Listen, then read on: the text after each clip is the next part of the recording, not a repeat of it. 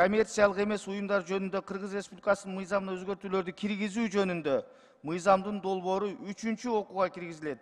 Демилгечилер депутаттар Нарматова, Айжигитов, Исаева, Садырбаева, Култаева, Кыдыкбаев, Сулайманов, Ханжеза, Коргонбай уулу, Маткеримов, Сарыбашев, Исмаилов, Кенжебаев, Матраимов, Мамасадыков, Ражабалиев, Токторбаев, Түмөнбаев.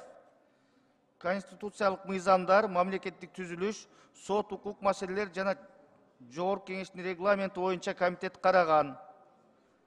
Баяндамачылар Султанбекова Чолпон Алыйна, аталган комитеттин төрайымы. Сөз Чолпон Алыйна сизде.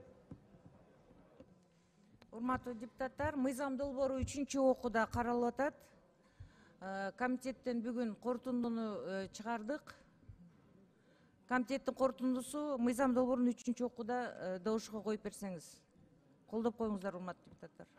Рахмат, урматтуу депутаттар, аталган мыйзам долбоору 3-чү окууда суроолор барбы?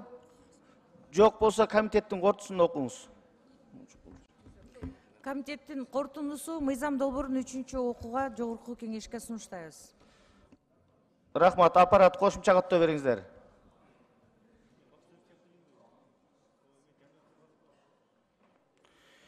Жетимиш 9 депутат каттоодон өттү. Урматтуу депутаттар,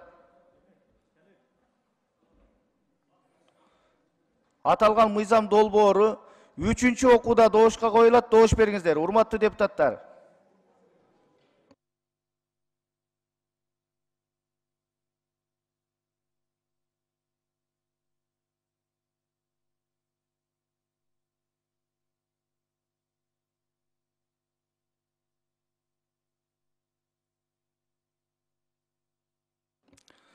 Макул 66, каршы 5, баары 71, катталды 80. Урматтуу депутаттар, аталган мыйзам долбоору 3-чү окууда кабыл алынды.